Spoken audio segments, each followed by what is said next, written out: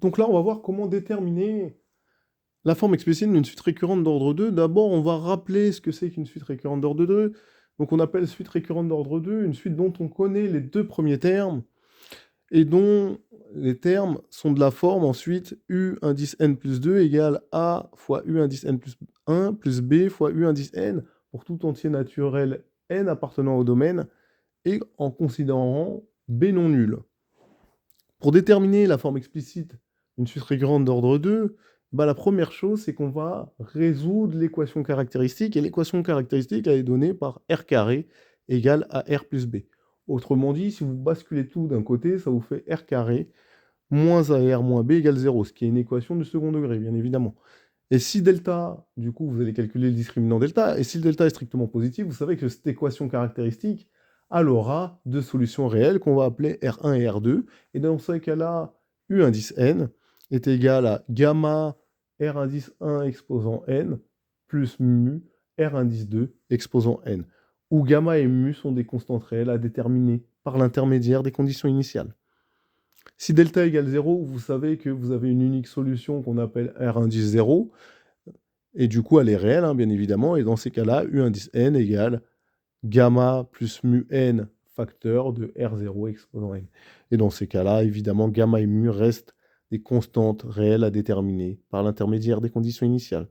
Si delta est strictement négatif, vous savez que les solutions sont des complexes conjugués, et donc de la forme z1 égale module de z1 exponentielle iθ, et z2 égale module de z1 exponentielle moins iθ. D'accord? Puisque z2 et z1 étant des complexes conjugués, ils ont le même module. Et dans ces cas-là, U indice n, c'est égal à module de z1 exposant n, facteur de gamma cos θ plus mu sinus θ.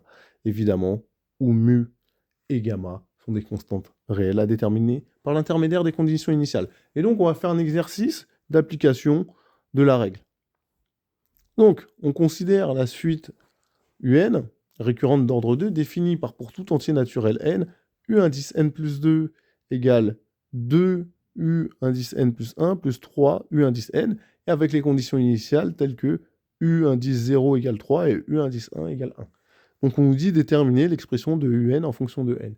Comme on l'a dit précédemment, il faut calculer, évidemment, enfin résoudre l'équation caractéristique.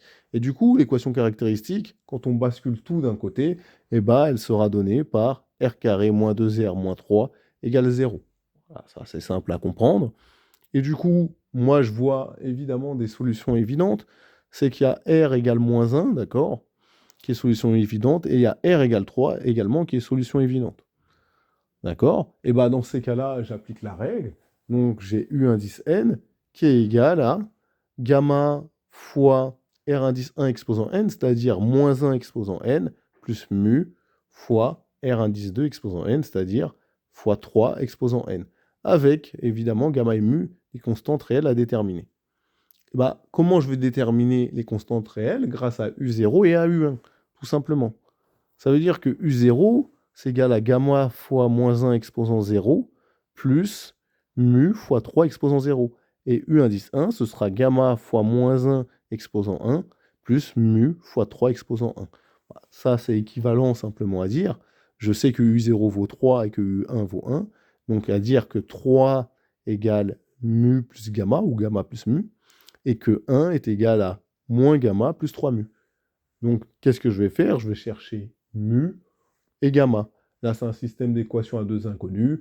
Bon, soit vous faites de la substitution, soit de la combinaison linéaire. Moi, je vais faire de la combinaison linéaire, c'est-à-dire que je vais additionner L1 et L2. Comme ça va faire disparaître gamma et ça va me donner mu.